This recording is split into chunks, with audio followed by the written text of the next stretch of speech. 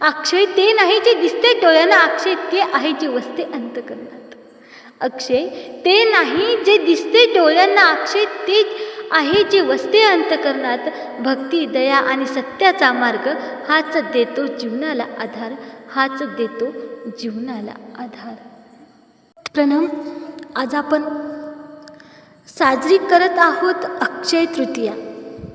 पण खरंच आपण या दिवसाचा खरा अर्थ समजून घेतो का? सोने खरेदी करणं म्हणजेच अक्षय तृतीया आहे का? की यामागे काहीतरी अधिक गूढ, आध्यात्मिक, पवित्र अर्थ दडलेला आहे? आज आपण जाणून घेणार आहोत अक्षय तृतीयाचा खरा आध्यात्मिक अर्थ. अक्षय तृतीया हा शब्द खूपच सुंदर आणि अर्थपूर्ण आहे. चला आज आपण जाणून घेऊ अक्षय तृतीया या शब्दाचा अर्थ, अक्षय तृतीया या दिवसाचं महत्त्व. अक्षय म्हणजे जो कधीही क्षय पावत नाही, जो कधीही संपत नाही, तो नेहमी टिकून राहतो, त्याला अक्षय असं म्हणतात. आणि तृतीया म्हणजे चांद्र महिन्यातील तिसरा दिवस, वैशाख शुद्ध तृतीया. म्हणजेच अक्षय तृतीया म्हणजे असा दिवस की ज्या दिवशी केलेले सत्कर्म, दान, भक्ती, स्मरण हे कधीही नष्ट होत नाही, ते नेहमी वाढत राहते. म्हणजे या दिवशी चांगलं काम केलं तर त्याचं फळ कायम टिकतं. भक्ती केली, नामस्मरण केलं तर त्याचा लाभ आपल्याला अखंड राहतो, अखंड त्याचा लाभ आपल्याला होतो. मनाने शुद्ध राहून केलेली कृती कधीही वाया जात नाही. संसारातील काही ज्या वस्तू असतात, त्या संसारातील वस्तू त्या नासणाऱ्या असतात, त्या संपून जाणाऱ्या असतात, त्या नशावान आहेत. पण या दिवशी केलेलं पुण्य हे मात्र अक्षय होतं. मग जर या जगात अक्षय असं काही असेल, कधीही न संपणारं जर असं काही असेल, तर ती परब्रह्म परमेश्वराची भक्ती आहे, त्या परब्रह्म परमेश्वराची कृपा आहे. आणि ती कृपा जर आपल्याला प्राप्त करून घ्यायची असेल तर आपल्याला त्या परब्रह्म परमेश्वराच्या ठिकाणी आपलं मन लावावं लागेल, आपला भाव त्या ईश्वराच्या ठिकाणी समर्पित करावा लागेल. आणि या अक्षय तृतीयाला एक शुभ मुहूर्त असं म्हणून बी हा दिवस उत्तम दिवस मानला जातो. या दिवशी दानधर्मही केलं जातं.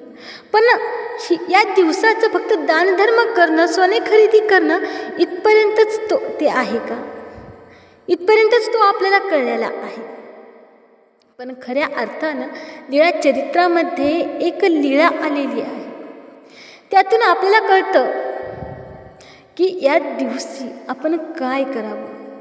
या दिवशी आपण परब्रह्म परमेश्वराच्या ठिकाणी आपलं मन शुद्ध करून त्या परब्रह्म परमेश्वराच्या भक्तीत आपल्या मनाला न्हावून टाकायला पाहिजे. या मनाला त्या परब्रह्म परमेश्वराच्या भक्तीमध्ये लीन आपल्याला करता आलं पाहिजे. आणि आजच्या या दिवसाला अक्षय असं आपल्याला करता आलं पाहिजे. अक्षय कर्म आज आपल्याकडून घडले पाहिजे. आपण मागं अर्थ ऐकलाच. अक्षय तृतीया म्हणजेच, अक्षय म्हणजेच कधीही न संपणारं. संसारात तर जवा एवढं सुख आणि प्रवता एवढं दुःख आहे असं स्वामी भक्तिजनाला निरूपण करत आहेत, असं स्वामींनी सांगितलेलं आहे. खरंच आपण जर या जगामध्ये जगत वावरत असताना आपण जर बघितलं ना, सुख फार कमी आहे, ते पटकन संपून जातं आणि दुःखाचे डोंगर मात्र खूप असतात असं आपल्याला वाटत असतं.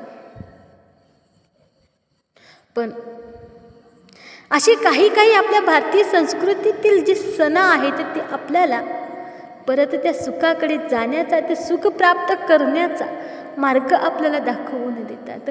तो मार्ग आपल्याला ते आठवून देतात.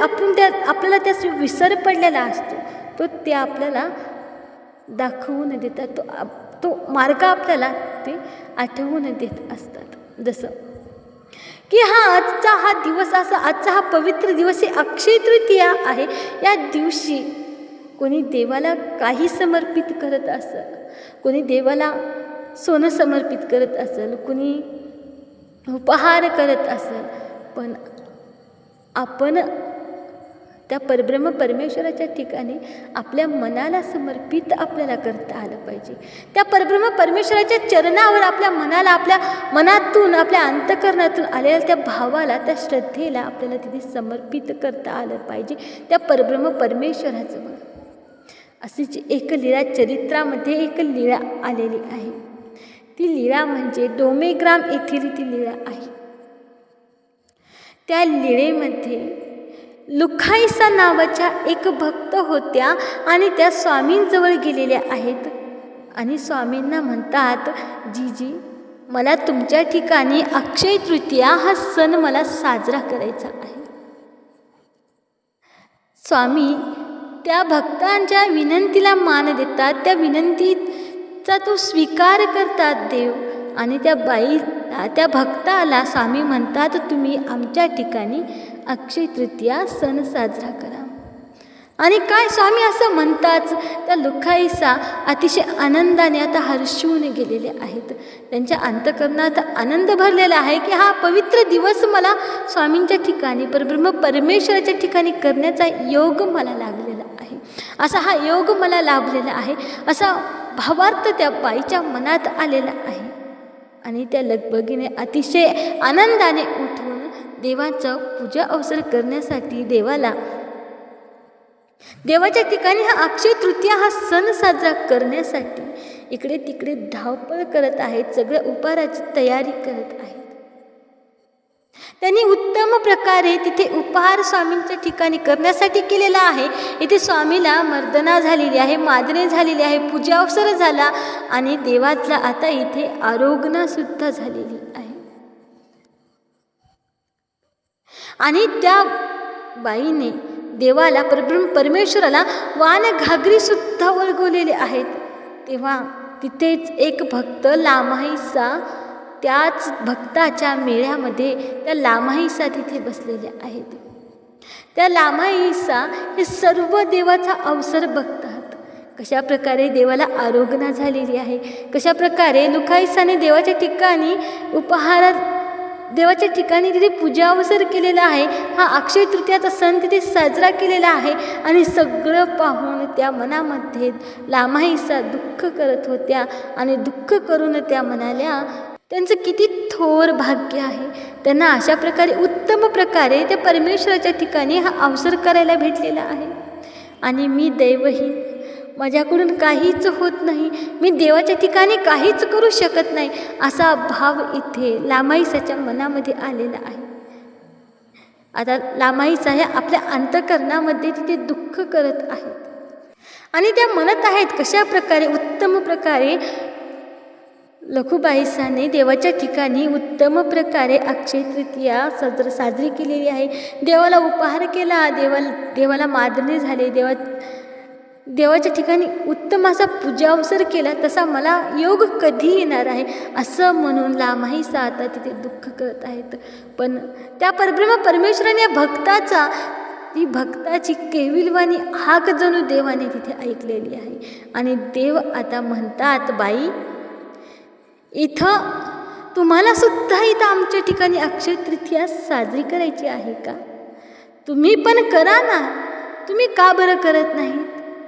तेव्हा या लामाईसा म्हणतात, नाजी आमते काहीच नाही. इथे ते लामाईसा अतिशय दुःखपूर्वक म्हणतात, माझ्याजवळ काहीच नाही, मी कशा प्रकारे तुमच्या ठिकाणी हे अक्षय तृतीया साजरी करू, कशा प्रकारे तुमच्या ठिकाणी हा अवसर करू, कशा प्रकारे, कशाने तुमची मी पूजा करू.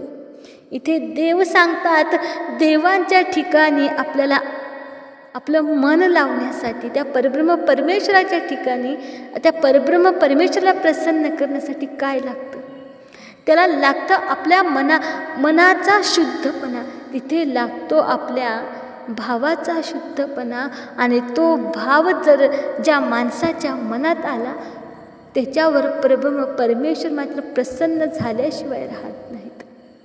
इथे आता इथे लामाईसाला देव म्हणतात, एवढंच का, तुम्ही सुद्धा आमच्या ठिकाणी इथेच असा पूजा अवसर आपण करू शकता. आम्हाला द्रव्य लागत नाही, आम्हाला सोनं चांदी काहीच लागत नाही.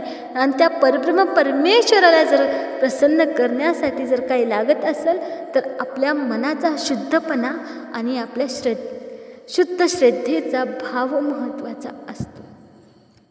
तेव्हा देव म्हणतात, जा ही घागरी आतून बाहेरून अशी स्वच्छ धुवा आणि तळ्यामध्ये खोल पाण्यात तिथे घागर बुडून ती घागर भरा आणि आमच्या ठिकाणी ते उदक समर्पित करा. आणि तेव्हा आणि तेथूनच तुम्ही सुद्धा आमच्या ठिकाणी अक्षय तृतीया सण साजरा केला.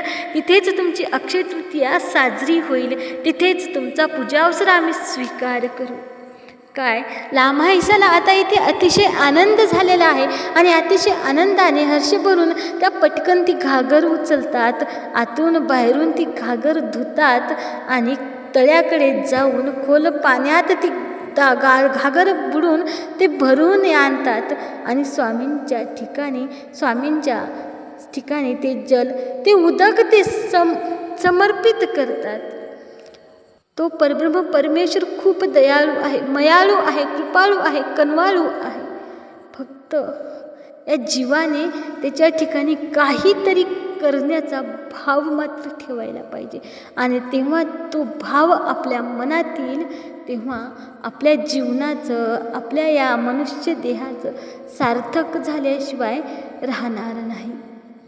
म्हणूनच हा दिवस आपल्याला सांगतो, संसारातील सर्व काही नशावान आहे, संसारातील सर्व काही नशावान आहे, पण चांगलं कर्म, भक्ती आणि नामस्मरण हे मात्र अक्षय आहे, हे मात्र अक्षय आहे. आणि म्हणूनच आपला महानुभाव पंथ आपल्याला शिकवतो, दिखावा नाही, कर्मकांड नाही, फक्त सत्य आणि साधेपणा आणि भक्ती, हे एवढंच आपल्याला आपला पंथ शिकवतो. या पंथात बाह्य गोष्टींना महत्त्व नाही, तर मनाच्या शुद्धतेला महत्त्व आहे.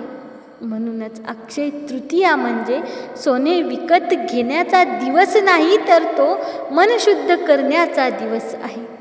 नामस्मरण करा, दया ठेवा आणि अहंकार सोडा, हेच खरे अक्षय पुण्य आहे आणि हेच खरे आपल्याला आपले अक्षय कर्म आहेत.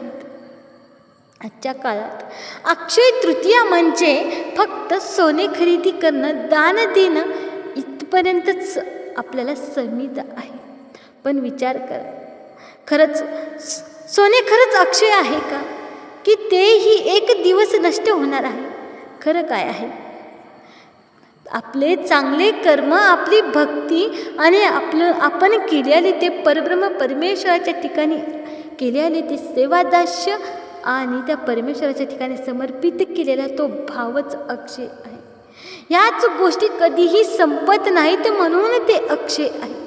म्हणून या अक्षय तृतीयाच्या दिवशी आपण काय करायला पाहिजे? आपण मनापासून त्या परब्रह्म परमेश्वराचं नामस्मरण करायचं, वाईट विचार सोडायचे, चांगल्या मार्गावरच चालण्याचा संकल्प करायचा.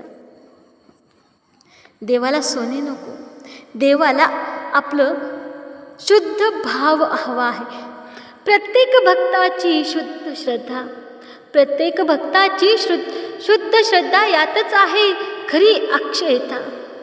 प्रत्येक भक्ताची शुद्ध श्रद्धा यातच आहे खरी अक्षयता. प्रेमाने केलेले पूजन तेच पोहोचते परमेश्वरापर्यंत, तेच पोहोचते परमेश्वरापर्यंत.